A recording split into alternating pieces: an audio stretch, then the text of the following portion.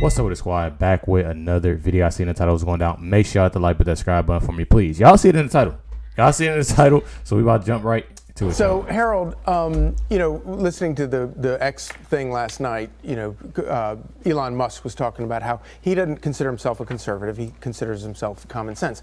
This is the sort of thing I think he's talking about.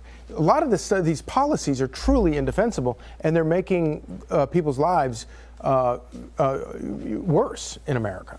Look, all violence, regardless of committed by anybody, is tragic and unacceptable.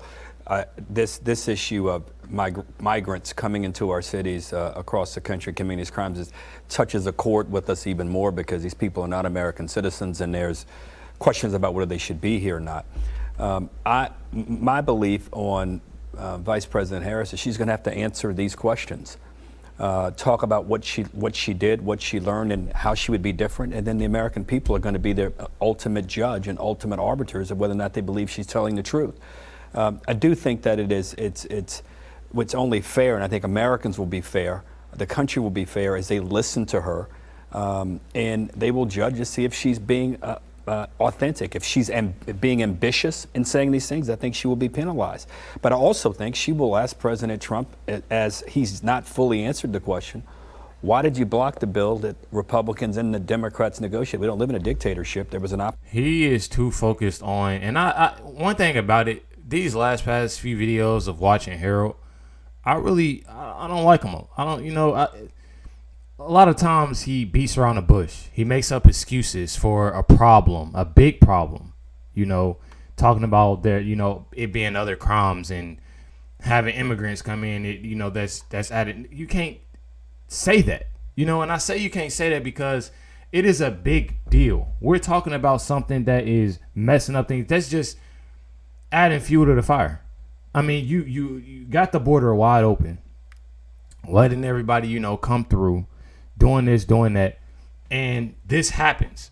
Yes, there are, there are crimes that happen, in the United States. There's crimes that happen everywhere, but you're literally making it worse, and you can stop it, and try to fix it, but people like Harold make up too many excuses.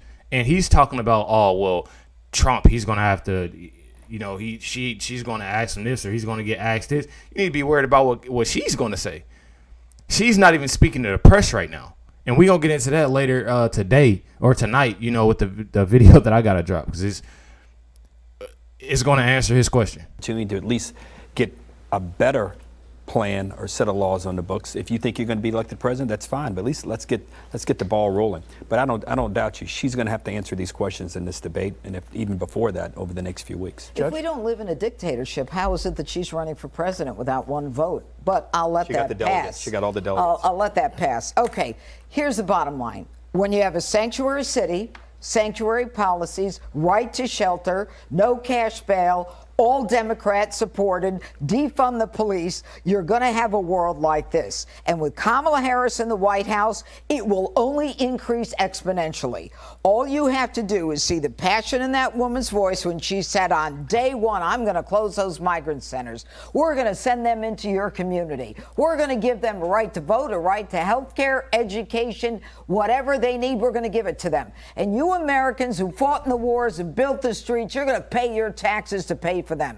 And you know what? She says in 2019, when she was running for president for a second, she said on day one, I'll secure the border. Well, you've been sitting in that White House for 3.5 years. Exactly. What the hell have you been doing about the border other than yapping and laughing about it?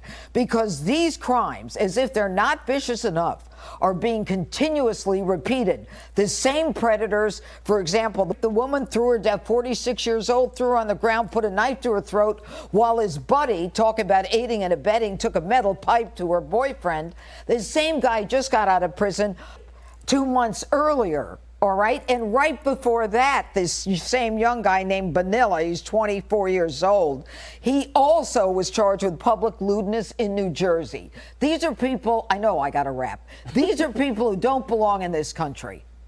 Is there any way that Harris can spin this? Well, all of that brings us to her record as vice president. That was well said.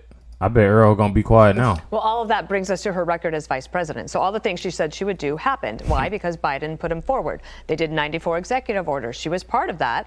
But recently, her team has tried to say she's distancing herself from Biden. But guess what happened? When asked about that, Karine Jean-Pierre yesterday said, oh, actually, Kamala has been Biden's critical partner on everything. And then she helpfully reminded everyone that Kamala was the last person Biden spoke to before he made the fateful decision to leave our people hanging in Afghanistan. So Biden's team is not going to let her go away quietly either.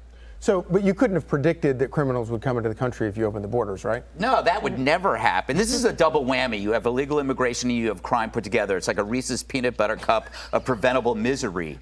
But I don't see this as a political issue. I never have. It's an issue of boundaries in civil life. If you look at crime, if you look at the border, if you look at biology, if you express concern over the loss of boundaries in any issue, you are perceived as being oppressive. You know, it's how you get an open border, an end to cash bail, explicit books in middle school, trans surgeries on kids. If you look at each one of them, it's about a removal of limits. This is why the Democrats in the mainstream media cannot cover this story that we cover all the time. It's because they believe that somehow boundaries are an affront to their higher morality. It's now a right-wing thing to say, there's something wrong here. I mean, shouldn't we establish some limits? And then they have to weigh the benefits of tackling that problem versus the risk of agreeing with Trump. So they would much rather let people suffer than be seen on the side of Orange Hitler. That's from Gutfeld, the great respecter of boundaries. You know it, buddy.